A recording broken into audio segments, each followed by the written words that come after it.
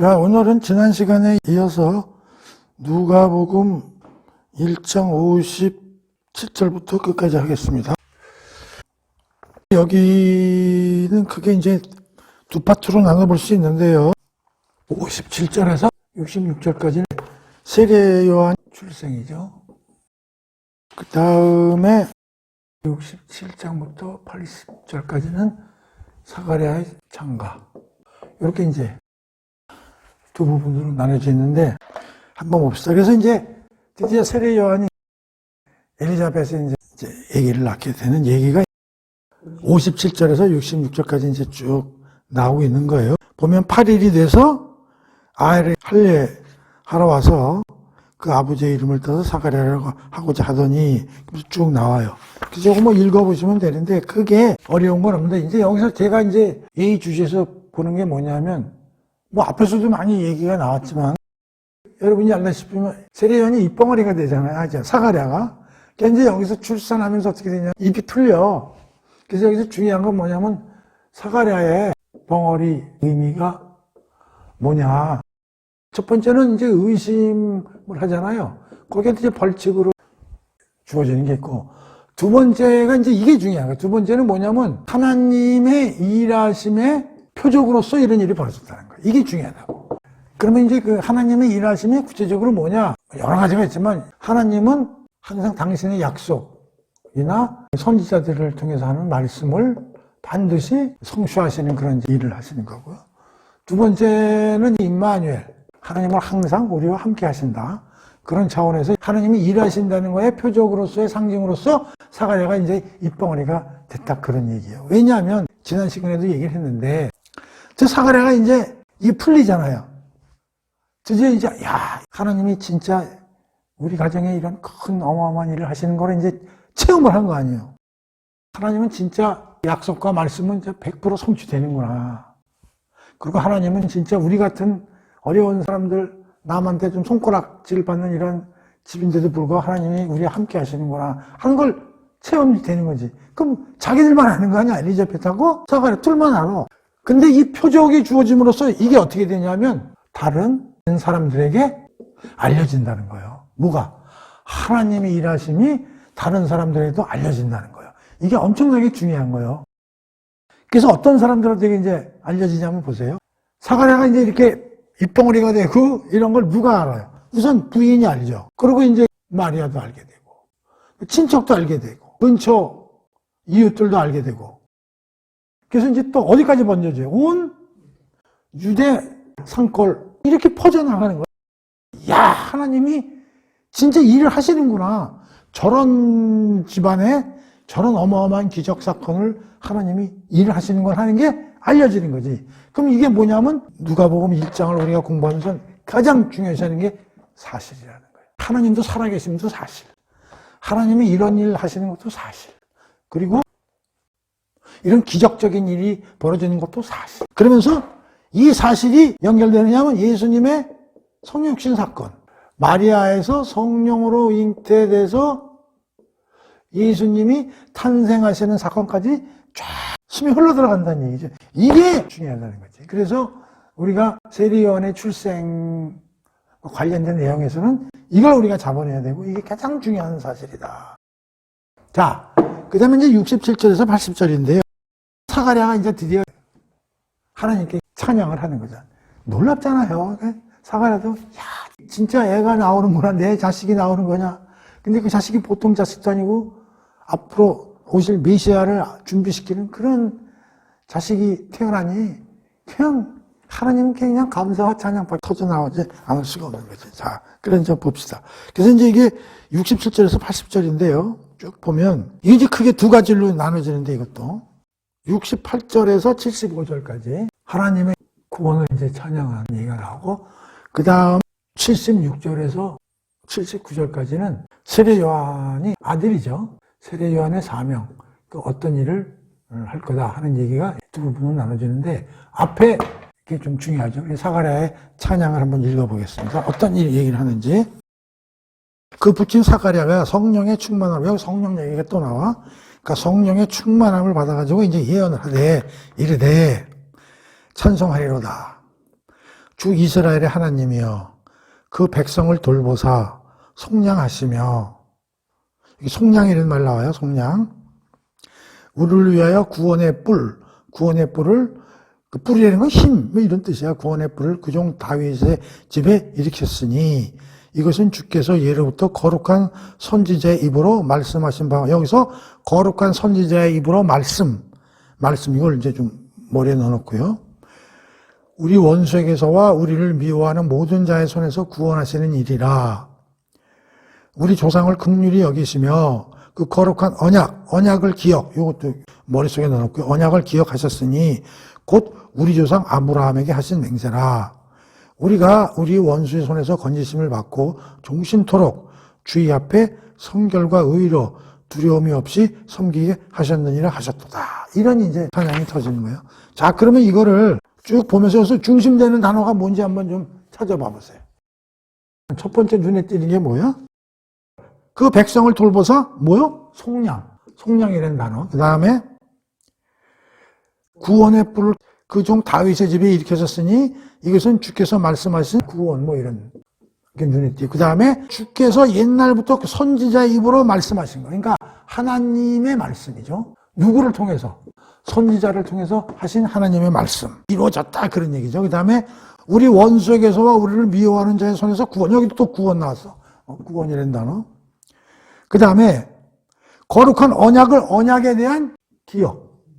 그러니까 하나님이 우리한테 언약을 많이 하셨는데 그걸 하나님이 잊어먹지 않고 기억하시고 계시다는 거예요. 오케이? 그런 언약을 한치도 오차 없이 진짜 행하고 계시는구나. 그런 거 찬양을 하는 거지. 그 다음에 언약을 기억하셨으니 곧 우리 조상 아브라함에게 하신 맹세라. 그러니까 이 언약 중에 여기 대표적으로 사가랴는 아브라함한테 하나님이 하신 언약을 기억하시고 이런 뜻으로 쓰이는 거예요. 자, 그 다음에 네 번째는 마지막에 우리를 손에서 건지셔서 주의 앞에서 성결과 의로, 그러니까 하나님 앞에 성결과 의로로 두려움이 없게 하나님을 섬기게 하셨다. 이거잖아요. 단어부터 봅시다. 속량 구원은 뭐야? 속량 어디서부터 끄집어내는 거거든. 그러니까 예를 들면 한번 이렇게 한번 생각해. 우리가 노예다. 그럼 내가 노예로 누구한테 팔려갔어. 그럼 그 사람은 나를 살 때 돈을 100만 원 주고 이제 노예로 산 거야. 그럼 내가 노예에서 벗어나려면 어떻게 해야 돼? 누군가 그 주인한테 100만 원을 주든 뭐 조금 더 프레임을 붙여서 뭐 200만 원을 주든 줘서 나를 끄집어내야 되지. 그러니까 억압 속에 있는 걸 끄집어내는 게 속량 또는 구원 이런 의미잖아요. 그러니까 여기서는 특히 하나님이 우리를 누굴 통해서 예수를 통해서 우리를 구원하시는구나. 그거에 대한 찬양이 터진 거고. 자, 두 번째는 하나님은 이렇게 언약이나 선지자들을 통해서 하신 말씀을 진짜 이루시는구나. 이게 립서비스가 아니구나. 그걸 이제 찬양하는 거고. 세 번째는 우리가 하나님 앞에서 의롭게 하나님과 마주서서 섬길 수 있게 해주시는구나. 그 뜻이잖아요. 이걸 찬양하는 거지. 자, 그럼 여기서 이제 구체적으로 한번 신학적으로 들어가서 한번 살펴보자고. 우리는 어디서 그러면 구원받는 거예요? 여기서는 이스라엘 백성을 억압받는 데서 구원은. 신학적으로 보면 구원은 가장 우리가 편하게 생각하는 게 죄 아니야. 맨날 교회 가면 듣는 게 아니야. 우리 구원하신다. 우리의 죄를 예수님이 안고 십자가에 돌아가셔서 우리를 죄에서부터 빼내신다. 그게 가장 우리가 쉽게 많이 듣는 얘기잖아요. 근데 구원이라는 게 꼭 죄에만 해당되는 걸까요? 그래서 우리가 어디서부터 우리가 구원받느냐면 크게 5가지를 알아야 돼. 이것도 우리가 창세기 할 때 이제 우리 유튜브에서 했는데, 자, 우선 죄에서 우리가 엑시트 빠져나오는 거예요. 근데 죄의 결과는 뭐예요? 사망이죠. 그러니까 결국 죄에서 빠져나오는 거는 결국 어디서 빠져나오는 게 돼? 사망. 오케이. 근데 이 죄는 누구 때문에 들어온 거예요? 에덴 동산에서. 사탄이죠. 그리고 우리는 하나님의 자녀로서 에덴 동산에 있을 때는 포지션이 있었는데 에덴 동산에서 나오면서 어떻게 됐어? 우리는 하나님의 진노 아래 있게 된. 무슨 말인지 알아요? 자, 그러니까 우리는 죄와 사망과 사탄과 진노, 여기 또 율법인데요. 우리는 율법을 지킬 수 있어요, 없어요? 못 지키죠? 근데 율법의 압박 속에서 살잖아요. 거의 짓눌려서 사는 거예요. 그래서 못 빠져나온다고. 이 5개에서 우리가 엑시트, 빠져나올 수 있는 게 누굴 통해서? 예수죠. 그러니까 구원이라는 게 우리가 이걸 알아야 돼. 구원이라는 거는 죄, 사망, 사탄, 하나님의 진노 율법에서 벗어나는 게 구원이구나. 그러니까 죄만 생각하지 마시고 이렇게 좀 넓게, 오케이? 이렇게 생각하셔도 되고, 또는 세 개로 축약해서 설명할 수도 있는데, 육신, 세상, 사탄으로부터 우리가 빠져나올 수 있다. 이렇게 생각해도 돼. 육신은 죄하고 많이 관계가 돼 있지. 우리 안에 그냥 득실득실하단 말이야, 죄가. 세상은, 이 세속적인 가치, 돈 벌고 이러는 거. 그 다음에 사탄. 그래서 이렇게 아시라고, 우리 구원받는구나 하면, 죄, 사망, 사탄, 하나님의 진노 율법에서 벗어나는 거구나. 또 우리는 육신과 세상과 사탄으로부터 우리가 벗어날 수 있는, 누구 때문에? 예수 때문에. 근데 지금 이게 사가랴의 창가냐. 그러니까 사가랴는 누구냐면 이런 분의 앞에서 소개하는 사람이니까 자기 아들을 찬양하는 게 아니라 하나님이 예수를 보내주고 예수의 우리를 소개하는 우리 아들이 되는 걸 찬양하는 거죠. 그렇죠? 오케이? 자, 그럼 두 번째는 뭘 찬양해? 하나님의 약속과 말씀을 하나님의 약속과 말씀을 성취하신다는 걸 다른 말로 하면 뭐예요? 신실하심이죠. 이걸 우리 신실하다 이렇게 해서 표현해. 또는 미쁘다. 미쁘다 그러면 이쁘다 이런 뜻이 아니고 미쁘다, 신실하다 하면 하나님은 꼭 약속을 지키시는구나. 그런데 지금 사가랴는 거기에 대표적인 약속으로 뭐를 지금 들은 거야?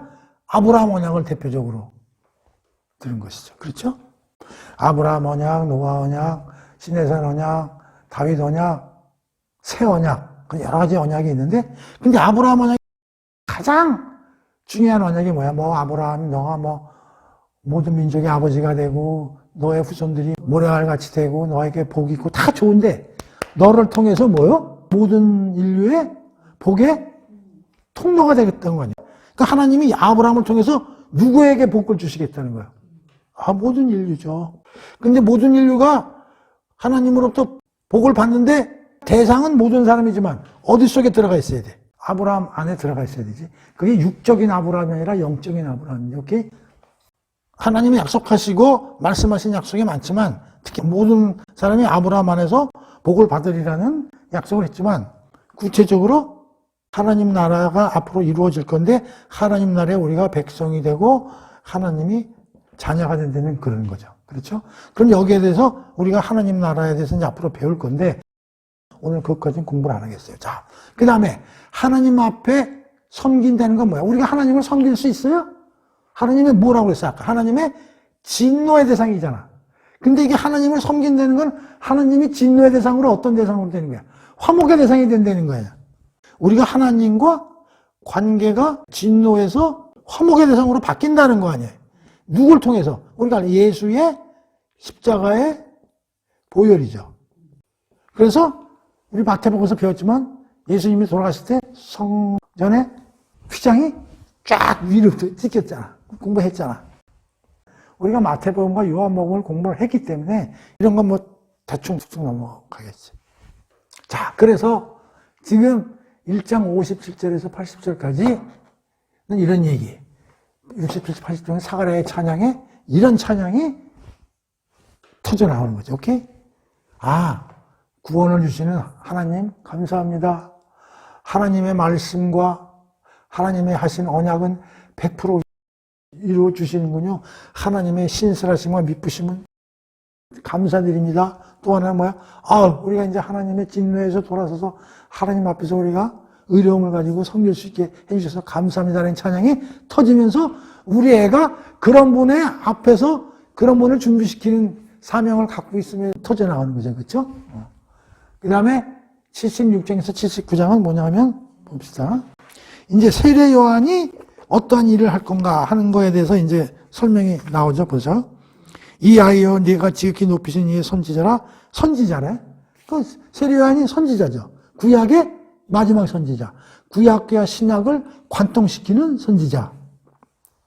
선지자라 일컬음을 받고 주 앞에 가서 그 길을 준비하며 당연하지. 예수님을 앞길을 준비시키는 일을 할 것이며 주의 백성에게 그 죄사함으로 말미암은 구원을 알게 하리니.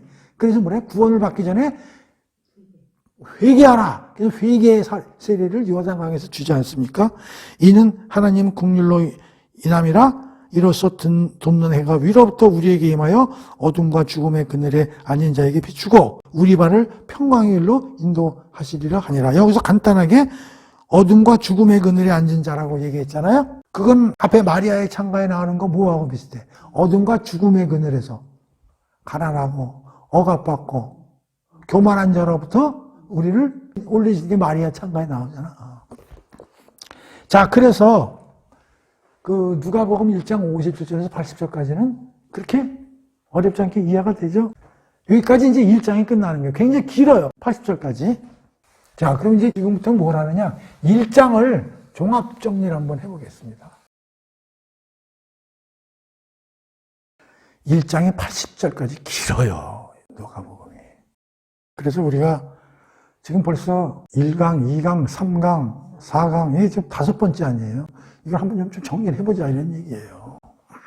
그래서 내가 좀 정리를 해봤는데, 자, 우선 정리하기 전에, 지금 우리가 누가복음 공부를 하는데, 제발 내가 부탁드리는 건데, 누가복음만 쭉 하지 마시고, 요한복음하고 마태복음을 계속 좀 들으셨으면 좋겠어.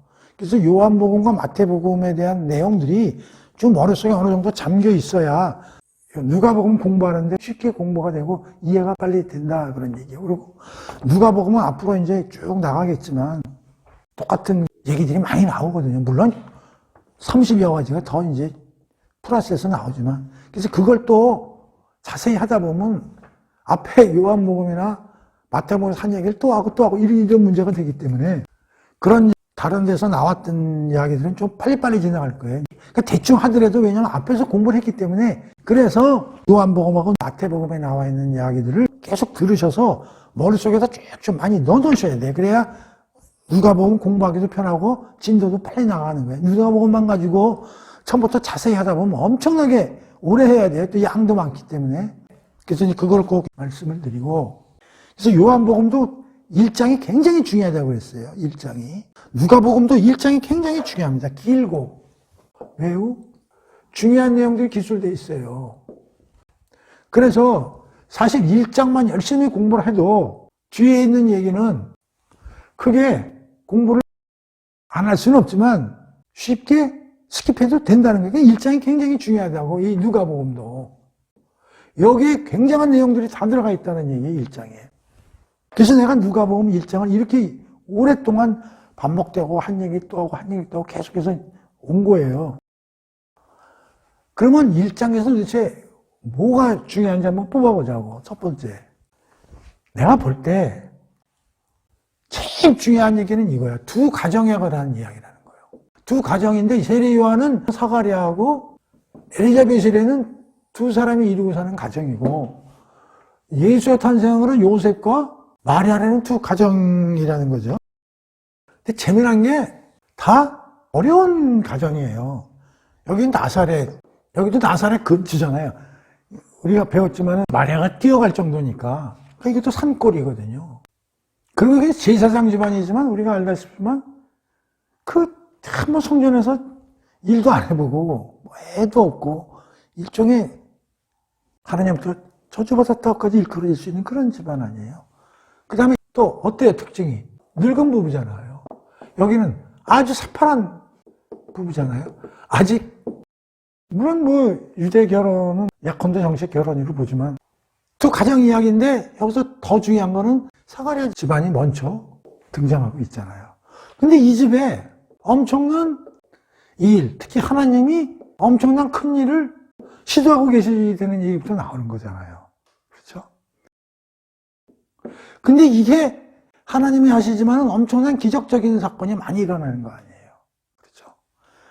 그 기적적인 사건이 일어나는데, 이게 앞에도 얘기했지만 마리아 요셉 가정으로까지 연결되는데, 여기서 더 큰 기적적인 일이 일어나니까 이 앞에서 스무싱하게 일로 가도록 하는 그러한 기법을 누가가 썼다고 몇 번씩 얘기하는 거잖아요. 그렇죠? 근데 여기서 더 중요한 것은, 그런 것도 중요하지만 이 일이 사실이고 역사적 사건이라는 것을 강조하는 게 1장이라는 거예요. 그 대표적인 게 두 가정 이야기라는 거죠. 그래서 이게 핵심이라는 거예요. 이걸 누가가 엄청난 기법으로 도입을 해서 편집을 해서 써내려갔다, 이런 거예요. 첫 번째는 두 가정에 일어나는 일이 사실이다. 핵심이 1장에 깔려있다. 이런. 이게 굉장히 1장에서 가장 중요한 포인트로 잡아야 된다. 이건 뭐 눈에 얘기했으니까 이제 아시겠죠. 자, 두 번째는 마리아와 엘리자벳의 영적 교제 이야기라는 거예요. 이거 엄청나게 중요한 사건이죠.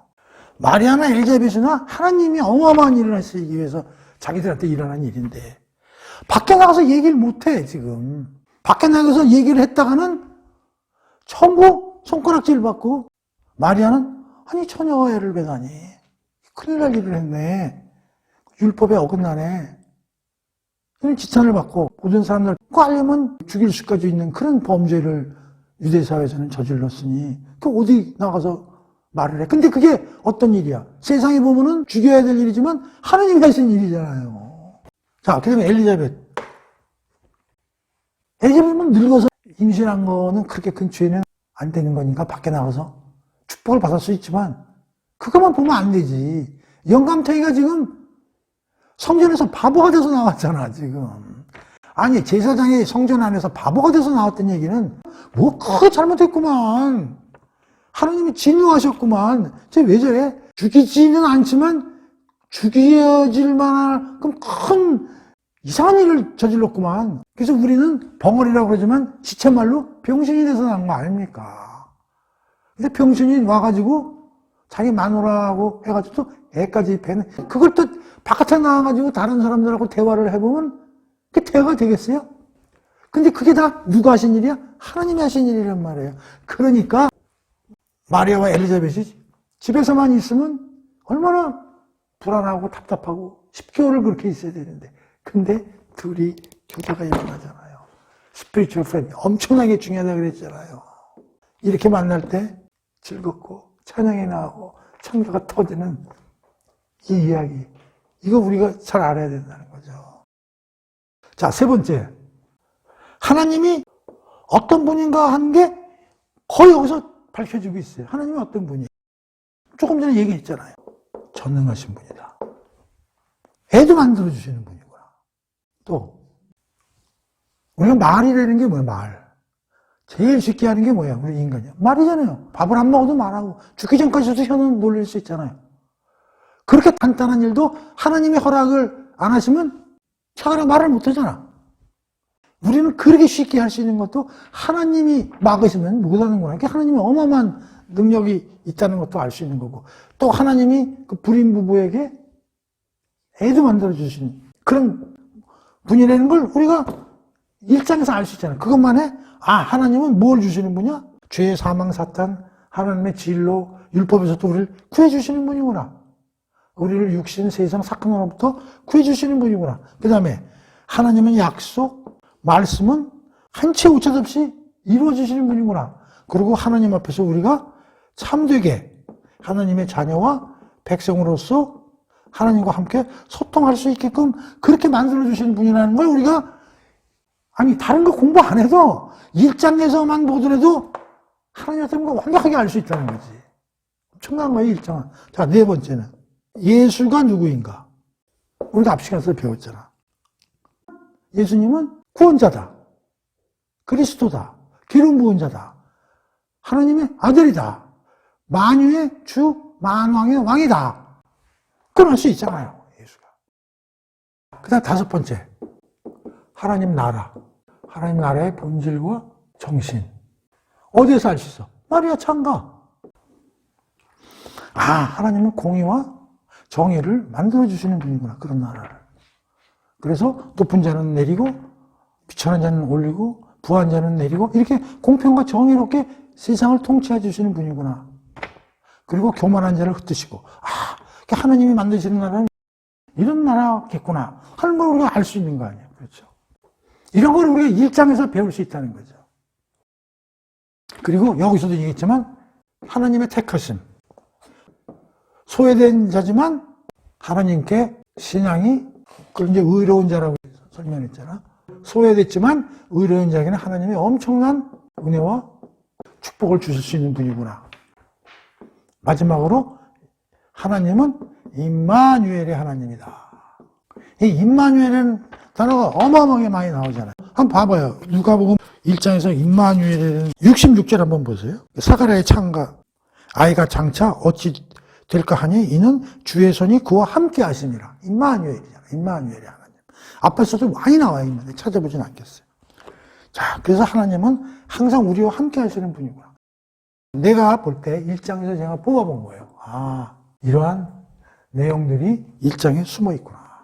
엄청난 얘기 아니에요. 1장. 그래서 누가복음은 1장을 자세히 한번 더 읽고 해서 여러분들이 한번 묵상을 해보시라 그런 얘기야.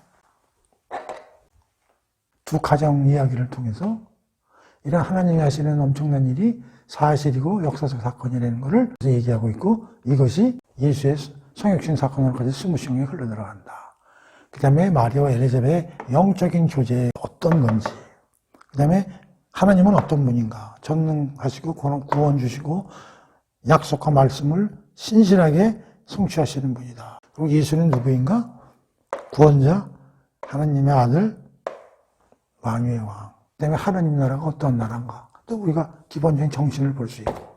그 다음에 하나님은 소외된 자, 하지만 의로운 자에게는 엄청난 은혜와 축복을 내려주시는 분이구나.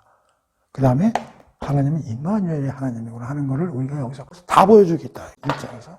그래서 누가복음 1장까지 우리가 이거까지 5강이죠? 5편에 걸쳐서 우리가 살펴봤는데 그만큼 중요하기 때문에 오래 공부를 한 거예요. 그래서 이제 요 다음 시간에는 이제 2장 예수님의 탄생 부터 이제 쭉 공부를 할 거예요. 자, 오늘 공부는 여기서 끝.